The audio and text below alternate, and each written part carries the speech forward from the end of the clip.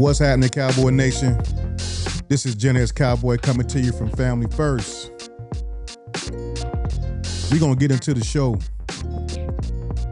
We got a big debate about Matthew Golden versus Tetairoa McMillan. I'm going to break it down to you and tell you my thoughts on that. Will Johnson pissed some people off this week, but I don't understand why this man dropping so much. I'm going to get into that too. And I want your opinion on us drafting injured players in the second round. Let's get into the show.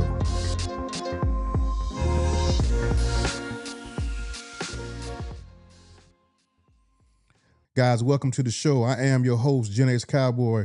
Please like and subscribe to my channel. I plan to bring you guys some great content moving forward. We're going to get right into it. The game plan, Tet versus Golden. Now, here's the thing about this debate that we all are having. The Cowboys seem to be narrowing down that first round pick. And it looks like now things could change. It looks like it could be at the wide receiver position, right? Now, and it seems as if Matthew Golden is getting a little steam coming up. But Tetairoa McMillan is still there. If he's on the board, I don't see how you go past Tet. And here's why. Number one, we don't have something like Tet in the wide receiver room. A 6'4", 220-pound player with a catching range so wide that Dak will love him. He would be like a go-to guy for Dak in the red zone. The Cowboys were 31st in the league last year in the red zone. He immediately helps that. So we want to focus more so on that. Now here is the main thing. Potential versus production, right? Matthew Golden has great potential. He had 987 yards last year. He had a decent year. He only did it 1 year. He has great potential. Speed, quickness, getting out his breaks, routes. He got to work on his route running just a little bit more, but he has a lot to offer. Potential. Tet has production. In 2023, Tet had 1,400 yards, 90 receptions, 10 touchdowns, 2 drops. I said that right. 2 drops. Out of 90 receptions, 2 drops in 2023 with a 15.6 average per catch. That's in 2023. What about 2024, GenX? In 2024, he had 84 catches, 1,300 yards, 8 touchdowns, 7 drops. But guess what? That average went up, 15.7 per catch. He went from a 15.6 to a 15.7 the next year. That's 2 years of great production. 2 years. Now, production versus potential. When you have production and potential, I think that puts him a notch over Matthew Golden. That's just my thoughts. You guys give me your thoughts in the comments when you can. So let's move on. We're going to go to, I want to talk about Will Johnson for a minute here. When the draft season first started, Will Johnson was a top 3 player. And he had a little injury. I think it was a quad. He had a quad injury. But all of a sudden now, people have put this man like almost in the second round. You got some draft gurus that put him in the second round. They got 3 or 4 cornerbacks ahead of him. And I'm trying to figure out why. He reminds me of Patrick Surtain. He has the ball skill. He has the technique. He's detailed. What happened? What do you guys see from the beginning of the year? And last year, if he would have came out, I know he was he a freshman last year? But let's say he came out, he could have came out. He would have been a top 10 pick. But I'm trying to figure out what happened to Will Johnson this year to make you guys put him so far back. And a lot of people saying because he didn't run. What does the tape look like though? I'm confused because you guys look at tape on other players and you don't worry about the speed so much. I know cornerback is different. Cornerback and wide receiver is different as far as speed goes. But what does Will Johnson tell you on the tape? How does this guy fall so far in 1 year? And what did he do? Because from what I seen, he didn't do anything. I think Will Johnson is still a top 5 player in this draft. And I think if we take him with the 12th pick, I ain't gonna be mad at that. I'm not gonna be mad at that because here's the reason why. Cornerback, wide receiver, and running back are our biggest needs. Now, I want a wide receiver first, and I want a running back second. But if Will Johnson is there, give me Will Johnson. I'll take Will Johnson. I will take him all day long. He's a Patrick Surtain of this draft. So I don't understand why he's falling, but you guys tell me, what do you think? Why do you think Will Johnson is falling in the draft? All right, guys, let's talk about something that's very important to me, and that's drafting injured players in the second round, right? Now, I want you guys to understand where I'm coming from this. The Cowboys have a propensity to take players in the second round that are slotted for the first, but because of injury concerns, they get down to the second and they see that as a good value to take these players. And I understand that, but my problem with that is that it hasn't worked out. The only example we can look at as kind of working out is Sean Lee. Sean Lee had a great career here, but he stayed injured. When we needed Sean Lee the most, he was injured. And, that's great if you're going to have a solid player. But we ain't drafting to get solid player. We want somebody, Hall of Fame worthy. We want somebody who was going to hit the draft and be like a phenomenal player. And Sean Lee, I'm a huge Sean Lee fan, right? Huge fan. But I was so disappointed in his career because if he would have stayed healthy, Sean Lee would be in the Hall of Fame, man. He had that type of potential.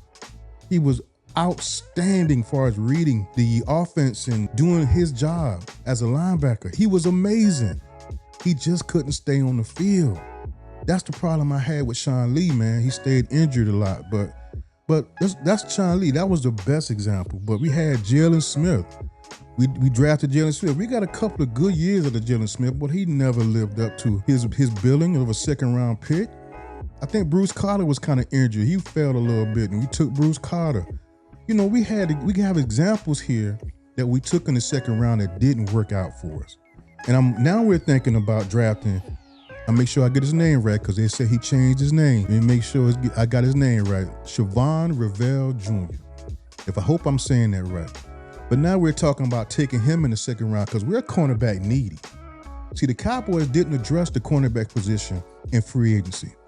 So we're cornerback needy now. So we're looking at taking Siobhan Revell, and some of those folks have him over Will Johnson, which I don't understand that, but they do. That's what they have, right? They have him over Will Johnson. So he's a first-round talent who's dropping because of the injury concerns. And normally, I might give this a pass, right? But here's why I can't. Trevon Diggs hurt. He's working himself back from an ACL. 2 back-to-back ACLs. He's working his way back. So we're cornerback needy. We got one cornerback who's working his way back to being healthy. And we're going to draft another one who was hurt last year, and he has to work himself back. We don't know if he's going to be ready for the beginning of the season and if he's going to be up to the standard that he was before the injury. We don't know that, right? So why would we waste a pick there just because of potential? Yeah, we go again with potential versus production, right? I get it, though. I get it. I like Siobhan. I love him. But I don't know if I can take him with that second-round pick, and I got so many needs on the board. I need people to play now. I need people to be ready now. You know what I mean? And that second-round pick, I can pick a player that will be ready now, like a running back, like a Caleb Johnson, like a Trevon Henderson, right? I can pick a running back right now that's ready to go, to start, opposed to drafting a corner who could be ready to go, who could be a first-round talent. He could be, opposed to somebody who I know is ready to go right now. That's my concerns with drafting injured players. But we're going to move on. All right, guys, let's get into my 3-round mock. My 3-round mock is going to be very quick. I ain't going to hold y'all because we got more topics to get into. All right, my first-round pick is Tetairoa McMillan. This guy helps us immediately with our red zone woes. Again, we were 31st in the league in that. And I think he helps us from day one, okay? All right, that's my first round pick. Let's go with my second round. My second round pick, I need somebody to back there to help Dak out. I need Emmitt Smith kind of player. I ain't saying I need a Hall of Famer. I want a Hall of Famer, but I ain't gonna put it on this guy right now. But Caleb Johnson, get back there and help Dak out. Let me see you use some of your cuts and your breakaway speed to help Dak out. I love this guy. He has an upright running style. Reminds me of Eric Dickerson. He really does. And I think Caleb Johnson will be a great pickup in the second round. Now, my third round pick will be Alfred Collins, defensive tackle from Texas. I think we need some beef up front. He starts immediately. I think he starts over Mozzie. He has that kind of potential. He's quick. He's great against the run. I think we're good to go. That's my 3-round mark, and I think those 3 starters will help us get to the next level. All right, let's move on. Let's talk about double dipping. Now, what's the deepest part of the draft, in your opinion? In my opinion, it's the running back position. Now, we have a couple of 5th-round picks. Now, I look at what Tampa did. I look at how Baker Mayfield is benefiting from having 2 young studs behind him running the football. They keep him straight. They keep him balanced. Now, I know we signed some veterans at the running back position. I don't think they're going to last through training camp. So why not pick up a running back in the 5th round to help with a second-round running back?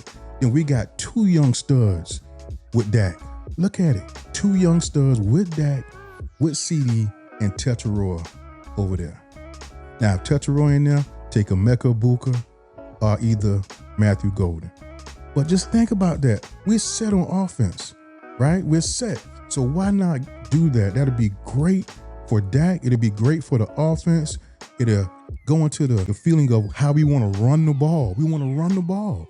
That's why we went and got Clayton Adams. We want to run that ball. Give us 2 young studs. Them vets I don't think gonna last. Give us 2 young studs and let's keep it going. All right? Now, this is one of the most important part of my shows. I like to grab some of my followers and use their comments and put them on the screen and give them a shout out because I really appreciate your support. Now, this particular comment is coming from Sasquatch Media 9504. Now, we had a little back and forth about T-Mac. You know, he don't believe in Teteroy. And we had a little back and forth, and I want to read what he said in his comment. He said, T-Mac is not a playmaker. He's a professional zone player, purely situational. One of the most overrated players in the draft. Need to stay away from the dude. Golden, Burton, Egbuka are all good. T-Mac is not elite and wouldn't factor in anything for CD. Thank you, Sasquatch Media, for your comment. I don't agree with that because I think that T-Mac is a playmaker. You have to be. You can't have 2 seasons back-to-back, over 1,300 yards on both seasons, over 15.6 yards a catch, and not be considered a playmaker. I don't think that's a sign of a player who's not a playmaker. So we both came to an agreement that we're going to wait till the season play out, and we're going to revisit this comment, and we're going to see exactly what T-Mac can do, and we'll revisit this comment later. But thank you, man. Thank you, Sasquatch Media 9504, for your comment.